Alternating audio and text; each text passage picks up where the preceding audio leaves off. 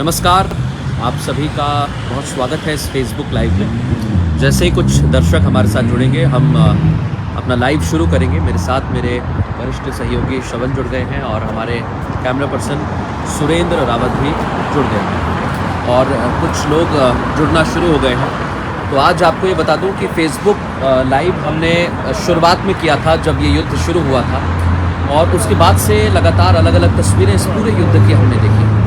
और आज हमें ज़्यादा दिन हो गए हैं, 60 दिन से ज़्यादा हमारा वक्त बीत चुका है, लेकिन युद्ध को 60 दिनों से हमने करीब से देखा है। और आज की इस लाइव में इस तस्वीर को हम साझा करेंगे कि आज हम ज़मीन पर क्या देख रहे हैं, कितना बदलाव आया है। बहुत सारे सवाल आप लोगों के भी होंगे। लगातार दर्शक हमारे साथ जुड़ते जा रहे हैं। आज मैं आपको सबसे पहले श्रवण, आपको और रावत जी को मैं इंक्लूड करूं, उससे पहले तस्वीर आपको कीव शहर की दिखा देता हूं, क्योंकि आज इनका त्योहार है। आपको देखना मैदान स्क्वायर, जहां पर फ्रीडम स्क्वायर इसे कहते हैं और सबसे व्यस्ततम जगह ये मानी जाती है। कुछ सैनिक भी आपको तस्वीरों में नजर आ रहे होंगे जो बैठे हुए हैं, क्योंकि आज त्योहार है और एक अलग तरह का जज्बा हमें देखने को मिल रहा है। तो लोग हमारे साथ अब जुड़ना शुरू हो गए हैं।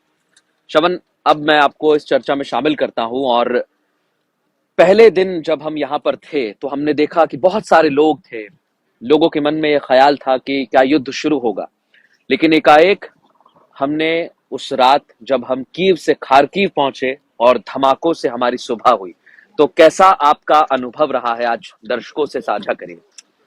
देखिए, सबसे पहले तो यही वो फ्रीडम स्क्वायर था जो एक दिन पहले, युद्ध के एक दिन पहले जब हम यहाँ पे पहुंचे तो तब नहीं लग रहा था कि क्या युद्ध होगा। जब लोगों से पूछते थे तो वो कहते थे कि देखिए, ये युद्ध सिर्फ अभी से नहीं है, पिछले 8 साल से युद्ध चल रहा है। और वो कहते थे कि वो प्रिपेयर्ड, उन्हें लगा था कि ये अ, आएगा भी तो भी वो लड़ेंगे। उनका ये पहले दिन से ही है। दूसरी बात यह है कि आप रशिया के साथ एक सुपर पावर के साथ की अगर बात करें तो कहीं ना कहीं ये लग रहा था कि क्या युद्ध अगर होता है तो यूक्रेन जीत पाएगा युद्ध।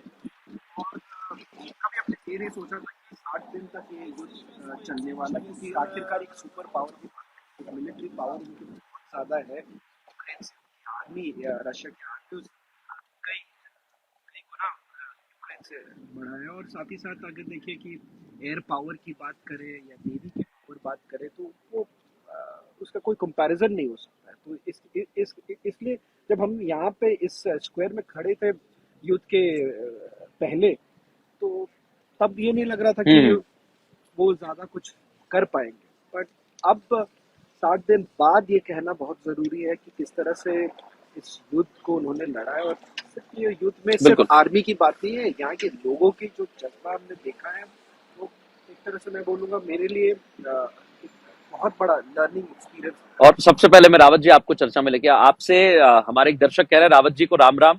राम राम। और कहाँ से है रावत जी, तो बताइए आप कहाँ से हैं और आपने क्या क्या देखा है रावत जी। मैं उत्तराखंड से हूँ और नैनाडा ब्लॉक से। और इस युद्ध में मैंने बहुत सारा तबाही देखी है, लोगों का पलायन देखा है, लोग लिखते, बच्चे लिखते हुए देखे हैं। तो दर्दनाक घटनाएं मैंने इस युद्ध में देखी। और यहाँ के लोगों का मैंने राष्ट्र के प्रति जो समर्पण देखा है, और वो काबिल तारीफ। बिल्कुल। और आवाज उम्मीद करता हूं कि साफ आ रही होगी, क्योंकि कई लोग हमसे सवाल भी धीरे धीरे पूछना शुरू कर रहे हैं कि आप कैसे हैं। हम एक जगह पर बैठ के इस पूरे फेसबुक लाइव को आगे बढ़ाएंगे, क्योंकि बहुत ज्यादा भीड़ आज हमें कीव की सड़कों पर नजर आ रही है। ये तस्वीरें भी हम दिखा देते हैं आपको, देखिए, क्योंकि जब हम इनके त्योहार को देखते हैं, इनका जज्बा देखते हैं, तो आज सभी ये जान लें कि अभी भी युद्ध इस पूरे देश में चल रहा है। इस इलाके से कई दूर वो धमाके हमें सुनाई दे रहे हैं, लेकिन हाँ, इतना जरूर है कि हमारी कवरेज जो है वो लगातार जारी है। कुछ और सवाल आने लगे हैं। रूस व यूक्रेन की लड़ाई चलते हुए 60 दिन होने को आए हैं और इतनी बमबारी के बाद भी किसी को सांस की तकलीफ नहीं हुई है। तो हालांकि ये एक अलग तरीके के आपने अच्छा प्रश्न भी पूछा है और इसे आपने कनेक्ट भी किया है। तो देश बहुत बड़ा है, इसलिए धर्म और उन्होंने इससे जोड़ा है। मुझे लगता है कि धर्म से नहीं जोड़ना चाहिए इसे, क्योंकि यहाँ अलग तरह का है और हमारा त्योहार दिवाली एक अलग तरह का त्योहार है। कुछ और भी हमारे आवाज अगर आप सुन पा रहे हैं तो मुझे जरूर लिख के बताइएगा कि अगर हमारी आवाज ठीक आ रही हो आप तक। कई लोग हमारे साथ धीरे धीरे जुड़ते जा रहे हैं। वॉइस क्लियर नहीं है। ठीक है, हम कोशिश करेंगे इसे साफ करने की, ठीक करने की। और वॉइस क्लियर नहीं है, कई लोगों का ये मैसेज आया है कि वॉइस क्लियर नहीं है। क्या अभी आप हमें ठीक तरह से सुन पा रहे हैं?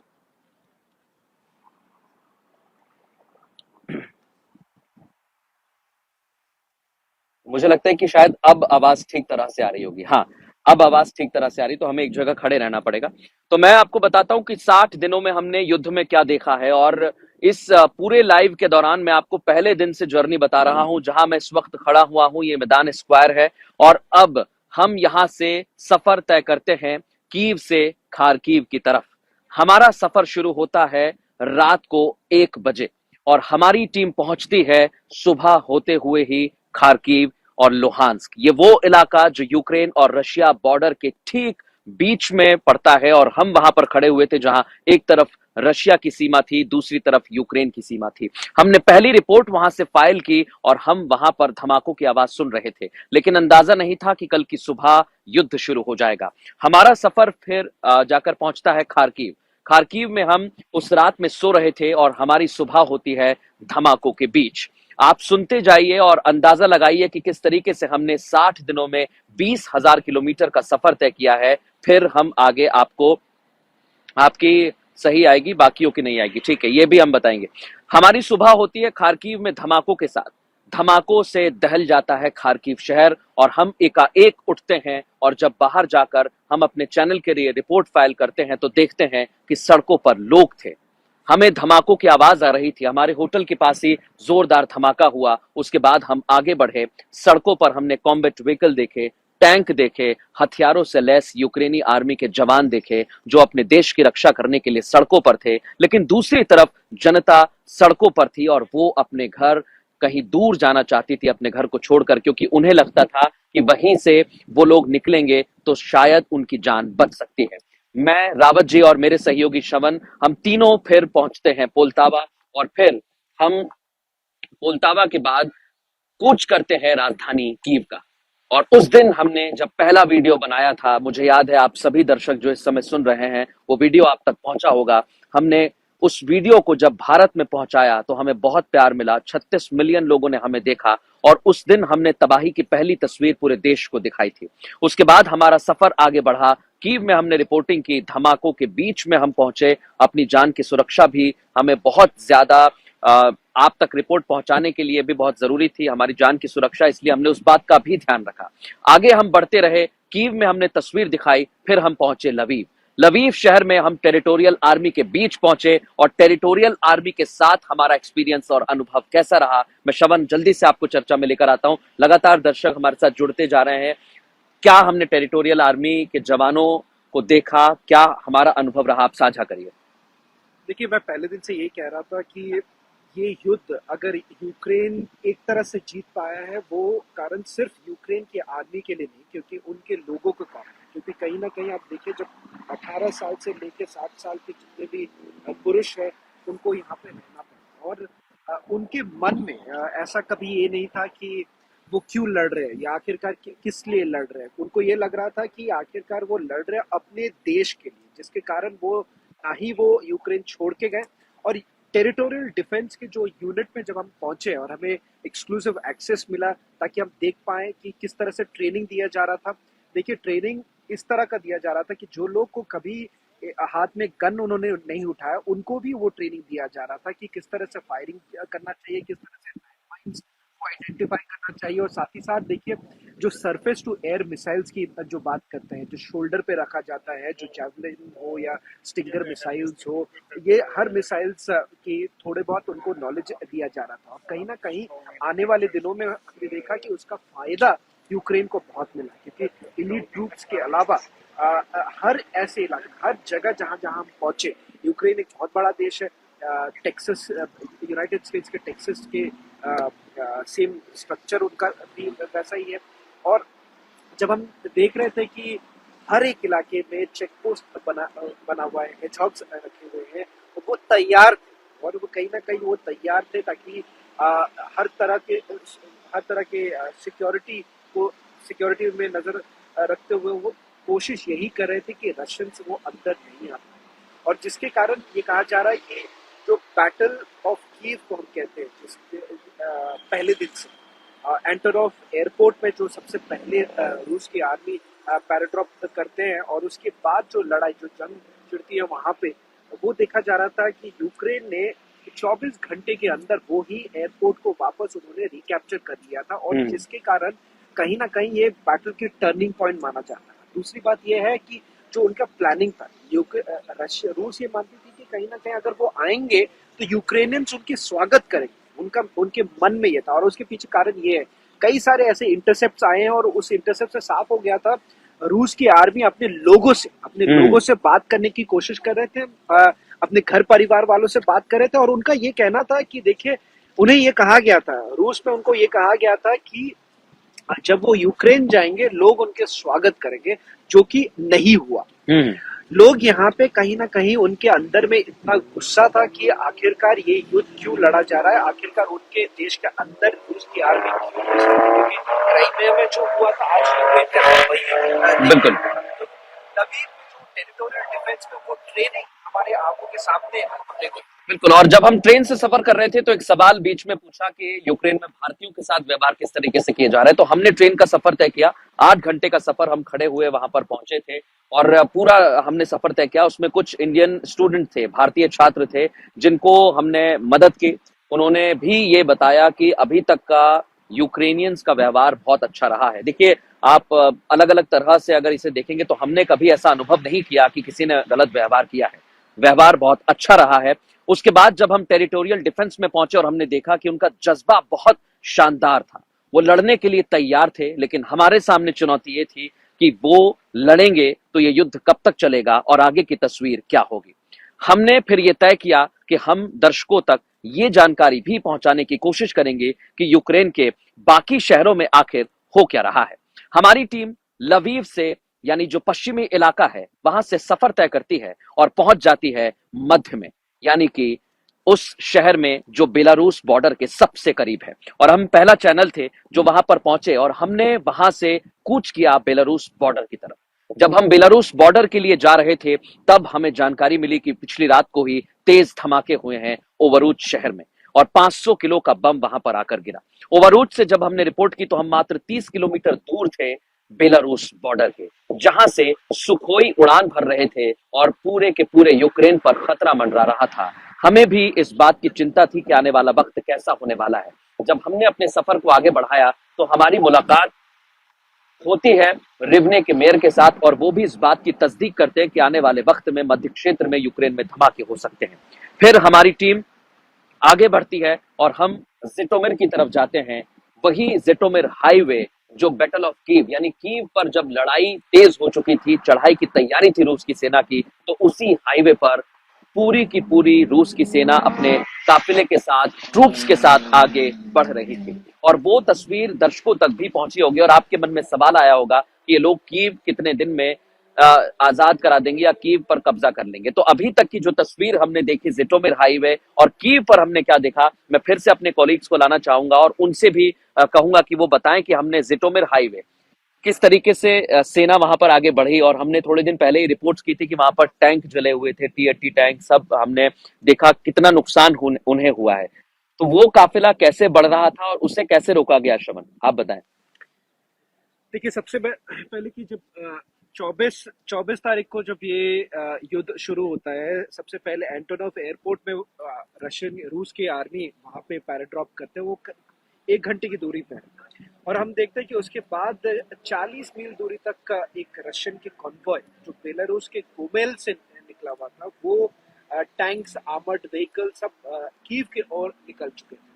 और ये लग रहा था कि पकड़ लीजिए 1 से 2 दिन के अंदर में कीव उनके हाथ में आ जाएगा, प्रेसिडेंशियल पैलेस में अंदर घुस जाएंगे। और आखिरकार जो आप हिस्टोरिकली अगर देखें तो रूस ने इससे पहले भी ऐसा वो कर चुके थे कि कैप्चर करने के बाद टीवी स्टेशन और रेडियो स्टेशन के माध्यम से वो कहना चाह रहे थे कि अब पूरे इलाका उनके हाथ में है। पर ये जो प्लान, जो 4 दिन के अंदर का जो प्लान रूस का था कि वो 4 दिन के अंदर वो कीव के अंदर पहुंच जाएगा, और दोनों एक्सेस से, नॉर्थ वेस्ट के इलाके से, नॉर्थ ईस्ट के इलाके से जो अंदर आने की कोशिश कर रहे थे, उनको ये नहीं पता था कि सबसे बड़ा ब्लंडर उनके लिए ये रहेगा सबसे पहले कि एक इरपिन इरपिन के सामने जहाँ पे उन्होंने अटैक किया, और उसके बाद जो होता है कि पूरे इलाके में वो इलाका पानी से भर चुका था, और उसके बाद उनका मूवमेंट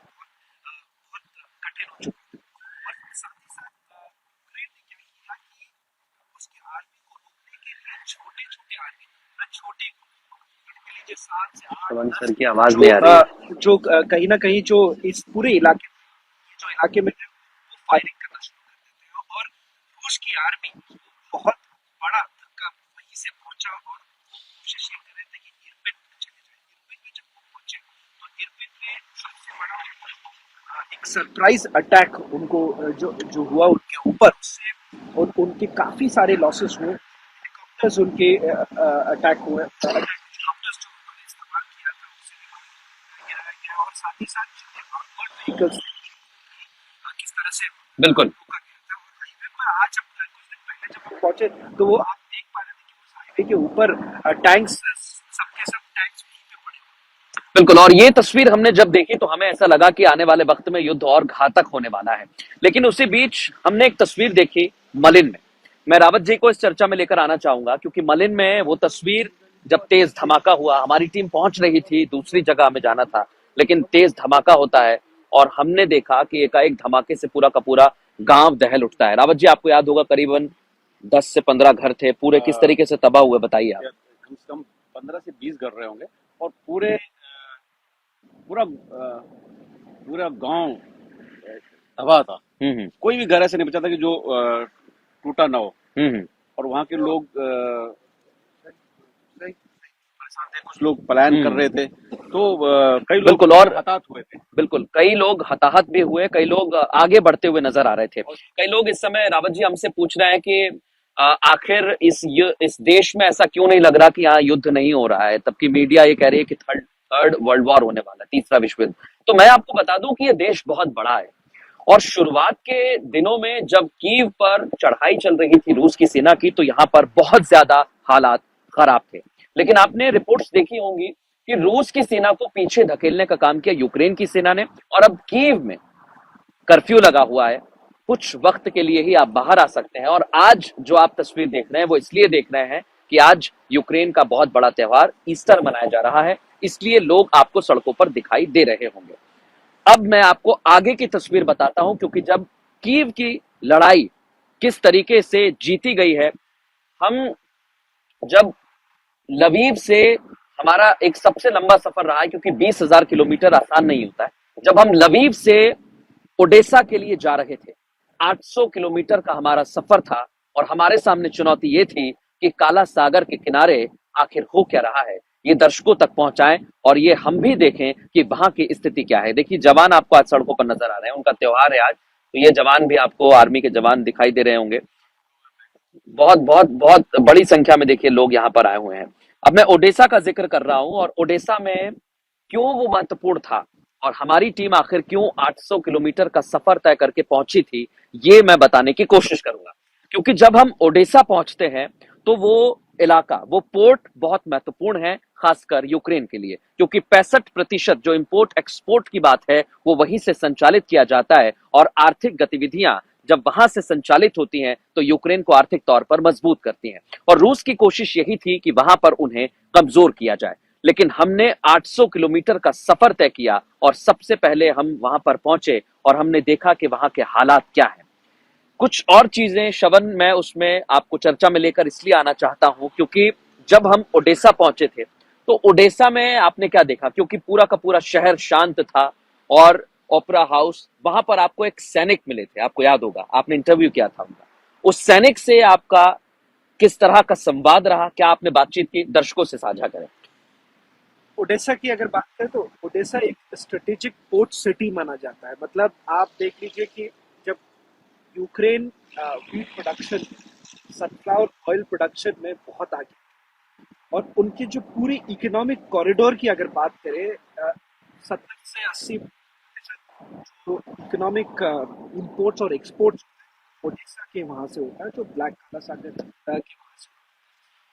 रूस की आर्मी को ये कहीं ना कहीं छुपता है कि अगर सी ऑफ एजोव, ब्लैक सी उनके हाथ में आ जाता, उनके कंट्रोल में आ जाता, तो उसके लिए एक बहुत बड़ा स्ट्रेटेजिक विन माना जाएगा कि किस तरह से उन्होंने यूक्रेन को ब्लैक सी और सी ऑफ एजोव से पूरे तरीके से उन्होंने कट ऑफ कर दिया। वो बहुत इंपॉर्टेंट रहता है। इसमें स्ट्रेटेजिकली ओडेसा रशिया के लिए, रूस के लिए इम्पोर्टेंट है। और जितने भी बड़े मिसाइल्स, कैलिबर मिसाइल्स की जो इस्तेमाल कर रहे हैं, जो मिसाइल अटैक्स हो रहे हैं मिलिट्री इंस्टॉलेशंस में, वो ब्लैक सी से वो मिसाइल्स को लॉन्च किया जाता है। और ब्लैक सी में मॉस्कोवा का डूबना कहीं ना कहीं रूस के लिए बहुत बड़ा पहुंचा इस पूरे युद्ध में, क्योंकि आखिरकार ब्लैक सी का वो फ्लैगशिप वेसल माना जाता है। और ये सोवियत के टाइम जैसे ये बड़ा warship है। और मॉस्कोवा, हालांकि मॉस्कोवा के भारत के साथ भी एक लिंक है, मॉस्को भारत में भी आ चुका है। कई सारी जो नेवल एक्सरसाइज रूस के साथ रह चुके, उसमें भी मॉस्को आ चुका है। तो उसके ऊपर भी कई विवाद हुआ है कि आखिरकार क्या नेपच्यून मिसाइल्स, यूक्रेन की नेपच्यून मिसाइल्स ने मॉस्कोवा को डुबाया है, वो हमें नहीं पता। क्योंकि देखिए, आखिरकार जो होता है एक आज के टाइम पे 21st सेंचुरी की युद्ध की बात करें, तो उसमें इंफॉर्मेशन वॉरफेयर की होती है, और हर कोई यही चाहता है कि एक तरह से वो की बात आगे रखा जाए, तो उसको वेरीफाई करना कहीं कहीं हमारे लिए बहुत डिफिकल्ट होता है। बट ये जरूर कह सकते हैं कि मॉस्कोवा के रशिया के लिए एक बहुत बड़ा, बिल्कुल, और इसलिए हम बार बार कह रहे हैं कि युद्ध का दूसरा चरण जो है वो अब शुरू हो चुका है। देखिए, कुछ लोगों के सवाल भी आ रहे हैं और लगातार सवाल पूछे जा रहे हैं, अब तक क्या निष्कर्ष निकला है, किसको कितना नुकसान और किसको कितना फायदा। देखिए, बहुत चुनौती होती है, जैसा अभी श्रवण ने बताया कि युद्ध में अलग अलग तरीके से संचार माध्यम से लोग खबरों का आदान प्रदान करते हैं, और रूस की तरफ से या यूक्रेन की तरफ से अलग अलग दावे बार बार किए जा रहे हैं। देखिए, नुकसान की अगर आप बात करेंगे तो यूक्रेन ये कहता है कि रूस की सेना को बहुत नुकसान हमने पहुंचाया है, और सैनिकों की संख्या 20,000 से ज्यादा है। रूस के सैनिक जो इस पूरे युद्ध के दौरान घायल हुए हैं या उनकी मृत्यु हुई है, इस तरीके के आंकड़े बार बार सामने आते हैं। लेकिन उसी तरफ, दूसरी तरफ अगर आप देखेंगे तो यूक्रेन को भी लेकर रूस की तरफ से कहा गया है कि उन्होंने उनके आर्मी के जवान को, मरीन कमांडोज को गिरफ्तार किया है, कई जगह उन्होंने सरेंडर किया है, इस तरीके की इंफॉर्मेशन आती है। और कल क्योंकि आपने पूछा कि किसको फायदा किसको नुकसान, ऊपर कुछ सवाल नेटो से जुड़े हुए भी थे।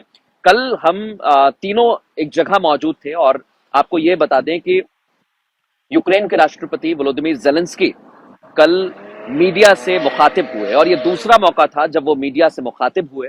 उस दौरान हम वहां पर थे। भारत का एकमात्र चैनल था जिसे वहां पर बुलाया गया, और हमने उनसे सवाल भी पूछा। तो उनसे भी ये सवाल किया गया था कि आखिर नुकसान हुआ कितना है और क्या आप कहेंगे। तो उन्होंने भी, श्रवण, इस बात को कहा कि यह कहना बहुत मुश्किल है कि नुकसान कितना हुआ है। मैं कुछ फिगर्स हैं, कुछ आंकड़े हैं, उन्हें बता रहा हूं, लेकिन हो सकता है कि आंकड़े बदल जाए। उन्होंने भी इस बात का जिक्र किया। उन्होंने एक महत्वपूर्ण बात का जिक्र किया, लेकिन जिक्र कहां पर किया और ये प्रेस कॉन्फ्रेंस कहां थी, वो बहुत दिलचस्प है।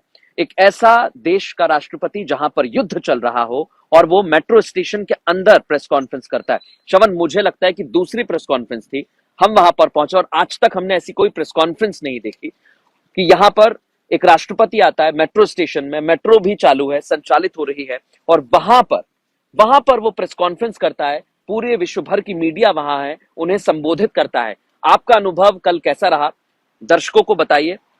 देखिए, मैं ये मानता हूँ कि कहीं ना कहीं हर देश को एक मजबूत, एक स्ट्रॉन्ग लीडर की जरूरत है, और आज यूक्रेन के पास एक बहुत स्ट्रॉन्ग लीडर है। और इसके पीछे कारण दो चीजें। एक, अगर आपको याद होगा, रूस की जितनी भी मीडिया प्लेटफॉर्म्स थे, उन्होंने एक प्रोपेगेंडा उन्होंने शुरू कर दिया ये कह के कि जेलेंस्की भाग चुके। अगले ही दिन सबसे पहले प्रेसिडेंट जेलेंस्की और उनके पूरे कैबिनेट मिनिस्टर्स, प्रधानमंत्री से लेकर हर किसी ने एक वीडियो उन्होंने जारी की। मिलिट्री फटीग में थे, और उनका वो जैकेट अभी हम्म। कई फेमस हो चुका है, वो हरे रंग की ऑलिव ग्रीन की वो जैकेट पहने उन्होंने एक वीडियो उन्होंने जारी की जिसमें वो कहते हैं देखिए हम कहीं भाग नहीं रहे, हम यहीं पे हैं और सबको पता है, रूस को भी पता है वो आखिरकार है कहाँ। पर ये सोचिए कभी आप यूथ के बीचों बीच, यूथ की सेकेंड फेज में यहाँ के राष्ट्रपति वो डिसाइड करते हैं कि एक मेट्रो स्टेशन के अंदर, यहीं से बहुत दूर नहीं जहां से हम खड़े हैं, यहाँ से 50 मीटर की दूरी में जो मेट्रो स्टेशन है, उस मेट्रो स्टेशन के अंदर जो सोवियत के टाइम में बनाया हुआ था वो मेट्रो स्टेशन के अंदर वो प्रेस कॉन्फ्रेंस होगा। हालांकि मैं ये भी कहना चाहूंगा कि रिपब्लिक मीडिया नेटवर्क को प्रेसिडेंशियल के ऑफिस ने बहुत उन्होंने मदद की, क्योंकि जिस तरह से उन्होंने हमें सबसे पहला उन्होंने इंटरव्यू दिया, कई सारे देशों में वो पार्लियामेंट में बात करें, हमारे देश में उन्होंने हमारे नेटवर्क के editor in chief Arnab Goswami से उन्होंने बात की। इसके पीछे कहीं ना कहीं हम लोग पूरे टीम ने बहुत हम लोग मेहनत करके ये कोशिश करना चाह रहे थे कि प्रेसिडेंट जेलेंस्की की जो बात है आपके पास लाकर उनकी बात आपके बिल्कुल। पास रखें, जो कोई दूसरे इंडियन चैनल नहीं कर पाए। क्योंकि देखिए जो मेहनत हमें करना पड़ा वो बहुत टाइम तक वो मेहनत करके हम वो इंटरव्यू हम ला पाए आपके लिए। और कल जब ये प्रेस कॉन्फ्रेंस हुआ, पूरे विश्व के बड़े बड़े जो मीडिया नेटवर्क्स थे उनके बीच में हमें मौका दिया गया कि हम सवाल करें, प्रेसिडेंट जेलेंस्की से सवाल करें। और आज उस प्रेस कॉन्फ्रेंस के बाद और हमारे सवाल पर आज इंटरनेशनल हेडलाइंस बन गए। और वो हेडलाइंस आपको मैं कहना चाहूंगा, मृदुल ने जब ये सवाल पूछा था कि प्रधानमंत्री मोदी कहते हैं कि वर्ल्ड ऑर्डर बदल रहा है कि नहीं, हमने यही सवाल प्रेसिडेंट जेलेंस्की को पूछा कि क्या आपको लगता है कि वर्ल्ड ऑर्डर बदल रहा है, अलायंसेस की बदलने की जरूरत है। प्रेसिडेंट जेलेंस्की काफी गुस्से में थे जब वो कहते हैं कि देखिए नेटो को ये समझ में नहीं आया कि यूक्रेन को नहीं शामिल करके, अलायंस में नहीं शामिल करके उन्होंने कितनी बड़ी गलती की। उसके पीछे कारण ये है क्योंकि कहीं ना कहीं नेटो को ये लग रहा था कि यूक्रेन के पास वो कैपेबिलिटीज नहीं है। और साफ जाहिर हो चुका है, 60 दिन हो चुके हैं, यूक्रेन रूस अभी भी जो उनके जो मेन गोल्स थे वो अभी तक वो जीत नहीं पाए। और इससे साफ जाहिर हो जाता है कि यूक्रेन आज कहीं यूरोप में एक ऐसा देश है जो डट कर खड़ा हुआ है। और दूसरी बात ये कहना चाहूंगा कि जब हमने ये भी सवाल किया कि एशियन कंट्रीज से आपका क्या एक्सपेक्टेशन है, तो उन्होंने ये कहा कि एशियन कंट्रीज के जितने लोग हैं वो उनका नजरिया यूक्रेन के प्रति बदल रहा है। क्योंकि आखिरकार जो डेमोक्रेटिक वैल्यूज है, वो डेमोक्रेसी आज हम यूक्रेन में देख रहे हैं। और प्रेसिडेंट जेलेंस्की डेमोक्रेसी को बचाना बहुत जरूरी है। और रूस को ये समझना पड़ेगा कि आखिरकार हर देश के दोनों देशों के बीच में लड़ाई से कोई समाधान नहीं हो सकता, जिसके कारण उन्होंने ये जो कहा एशियन कंट्रीज के बारे में। आज कई सारे विदेश के कई सारे जो न्यूज़पेपर्स है, आज उन्होंने रिपब्लिक हेडलाइन बनाया है, रिपब्लिक के सवाल को हेडलाइन बना। तो दर्शकों को ये कहना चाहूंगा कि विश्व में आज रिपब्लिक मीडिया नेटवर्क का जो अहम रोल बनता जा रहा है, क्योंकि देखिए अब कई सारे ऐसे इंटरनेशनल प्रेस कॉन्फ्रेंसेस होते हैं जहाँ पे वो सवाल तक करने नहीं देता, पर हमें इनविटेशन मिला, हम सवाल कर सके। और सवाल हम डटकर हमने ये भी पूछा कि देखिए कि आपको नहीं लगता कि वेस्ट अमेरिका का एक बहुत बड़ा फेलियर है। और वो सवाल भी हमने किया। और ये सवाल करना किसी और नेटवर्क के पास मैं कहूंगा कि किसी को करेज नहीं था, पर हमने वो और सबसे बड़ा लंबा जवाब करीबन 8 मिनट तक अगर प्रेसिडेंट जेलेंस्की ने किसी का जवाब दिया तो वो रिपब्लिक मीडिया नेटवर्क के सवाल पर दिया। तो हम और मुझे लगता है कि आप लोग, हमारे दर्शकों, सब आप लोगों को गर्व महसूस होगा जब भारतीय पत्रकार आके विश्व के बड़े लीडर से सवाल रखते हैं और ये सवाल के बाद जवाब भी ऐसा आता है जो हेडलाइंस बन जाए। बिल्कुल। और जो दर्शक इस समय हमें देख रहे हैं वो हमारी तमाम रिपोर्ट्स देख सकते हैं, क्योंकि जब वॉर में हम रहते हैं तो आप पूरी विश्व की नजर आप पर रहती है और संवेदनशीलता और गंभीरता का ध्यान भी उतना ही रखना पड़ता है। आपने एक तस्वीर देखी होगी जैसा श्रवण ने जिक्र किया कि हमारी खबर की और हमारे सवाल की हेडलाइन जो है वो बनी है।